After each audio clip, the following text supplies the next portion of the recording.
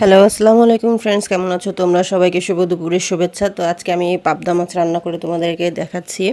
তো আমি পাবদা মাছটা ধুয়ে পরিষ্কার করে এটার মধ্যে পেঁয়াজ কুচি, আদা বাটা, রসুন বাটা, জিরা বাটা, হালকা একটু মরিচের গুঁড়া, কাঁচামরিচ ফালি আর হলুদের গুঁড়া, লবণ আর এক টুকরা লেবুর রস দিয়ে দিলাম, রসুন কুচি দিয়ে দিলাম। সব কিছু আমি মাছের উপর রেখে এরপরে আমি সরিষার তেল দিয়ে দিলাম এবং সব উপকরণের সাথে মাছটা সুন্দর করে আলতো হাতে মাখিয়ে নিচ্ছি। এই রান্নাটা পুরো সরিষার তেল দিয়েই করতে হবে, কারণ সরিষার তেলের যে টেস্টটা এটা সয়াবিন তেলে আসবে না কখনোই। তো আমি সবসময় ট্রাই করি এই পাবদা মাছটা সবসময় এইভাবে রান্না করার জন্য আর সরিষার তেল ইউজ করার জন্য। তো আমার উপকরণের সাথে মাছগুলো মাখানো হয়ে গেছে। এখন আমি সামান্য পানি দিব। পানিটা এমন আন্দাজ করে দিতে হবে যেন মাছটা সেদ্ধ হয়ে যায়, আবার ঝোলটাও মাখো মাখো থাকে।